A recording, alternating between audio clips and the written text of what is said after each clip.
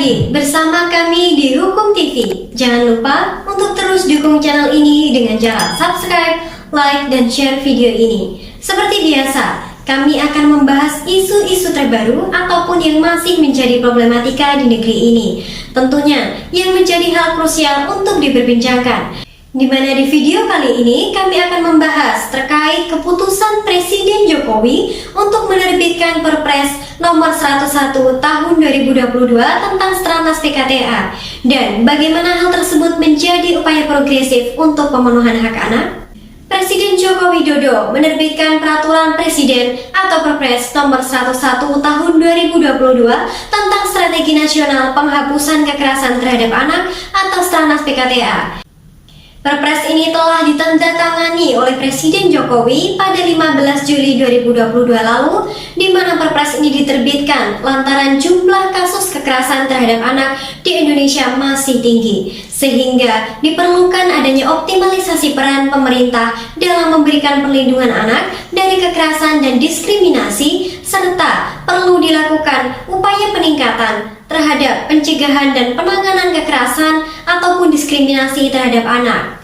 Pertimbangan lain Presiden Jokowi dalam menerbitkan Perpres ini adalah peraturan perundang-undangan yang berkaitan dengan penghapusan kekerasan terhadap anak belum optimal dalam memberikan pencegahan ataupun penanganan, sehingga diperlukan adanya strategi nasional. Mengingat sampai saat ini jumlah kasus kekerasan terhadap anak masih begitu tinggi. Hal ini berdasarkan data pemerintah dari tahun 2016 sampai 2020 yang mencatat bahwa sekitar 54.000 anak telah menjadi korban kekerasan. Dari jumlah tersebut, sebanyak sekitar 37.000 korban merupakan anak perempuan dan sekitar 16.000 merupakan anak laki-laki. Data tersebut juga menunjukkan bahwa secara umum terjadi kenaikan korban kekerasan dari sekitar 7.000 anak pada 2016 menjadi sekitar 10.000 anak pada 2020. Bahkan kekerasan seksual mayoritas juga terjadi di lembaga-lembaga pendidikan yang seharusnya memberikan perlindungan bagi anak didik. Hal ini berdasarkan data yang dikeluarkan oleh KPAI pada Desember 2021, di mana sepanjang 2 Januari hingga 27 Desember 2021 terdapat 207 korban kekerasan seksual di lembaga pendidikan. Meskipun sejatinya sudah terdapat aturan jelas yang dapat digunakan apabila terjadi kekerasan, baik kekerasan fisik maupun seksual di lembaga pendidikan, di mana aturan tersebut tertuang dalam Permendikbud nomor 82 tahun 2015 tentang pencegahan dan penanggulangan tindak kekerasan di lingkungan satuan pendidikan. Namun, kurang maksimalnya implementasi aturan hukum yang ada menjadikan kasus kekerasan seksual semakin merajalela di lembaga pendidikan. Untuk itulah, Strategi Nasional Penghapusan Kekerasan Terhadap Anak atau Stranas PKTA dimaksudkan sebagai acuan bagi kementerian ataupun lembaga, pemerintah daerah provinsi ataupun pemerintah daerah kabupaten atau kota dalam menyelenggarakan pencegahan dan penanganan kekerasan terhadap anak.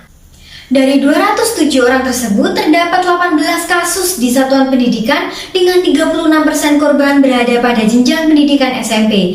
Pelaku kekerasan seksual juga paling banyak dilakukan guru dengan persentase 55%, diikuti kepala sekolah atau pimpinan pondok pesantren sebesar 22,22%. Dari data inilah tentu memperlihatkan lemahnya perlindungan terhadap anak-anak dari kekerasan seksual. Bahkan, lembaga satuan pendidikan yang seharusnya menjadi tempat aman untuk belajar pun juga tidak luput dari kasus kekerasan seksual.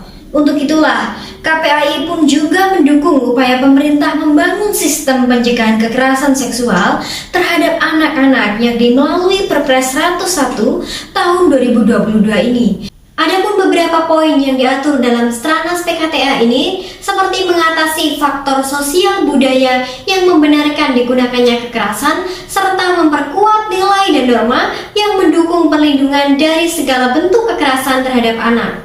Selain itu, pemerintah juga diwajibkan untuk memastikan ketersediaan maupun kemudahan akses layanan terintegrasi bagi anak yang beresiko mengalami kekerasan dan anak korban kekerasan. Mengingat Adanya ketentuan peraturan perundang-undangan dan kebijakan, serta pelaksanaan dan penegakannya untuk menghapus segala bentuk kekerasan terhadap anak telah termuat dalam Pasal 4 Stranas PKTA. Terlebih, telah terdapat 7 strategi yang dimaksud dalam peraturan ini, antara lain penyediaan kebijakan, pelaksanaan, regulasi, dan penegakan hukum, penguatan norma dan nilai anti kekerasan, penciptaan lingkungan yang aman dari kekerasan, peningkatan kualitas pengasuhan dan ketersediaan dukungan bagi orang tua atau pengasuh, pemberdayaan ekonomi keluarga renta, memastikan ketersediaan dan akses layanan terintegrasi, hingga pendidikan kecakapan hidup untuk ketahanan diri anak.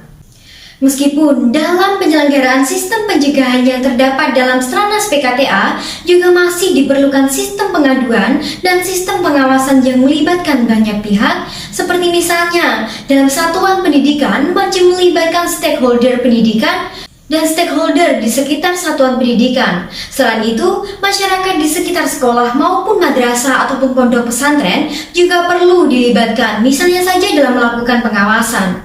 Namun, kebijakan anti kekerasan seksual memang diperlukan agar dapat menyadarkan bahwa terdapat relasi kuasa maupun privilege dalam struktur gender yang rentan disalahgunakan, di mana dalam hal ini dapat dilihat pada kuasa antara guru dan murid maupun antara siswa laki-laki dan juga perempuan.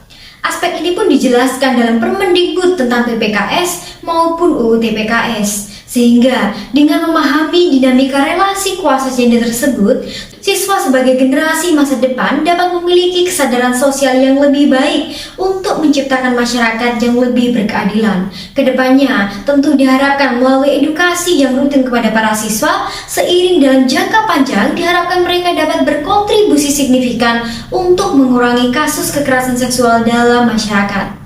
Sekian video dari kami, semoga video ini bermanfaat. Terima kasih sudah menonton dan sampai jumpa di video berikutnya.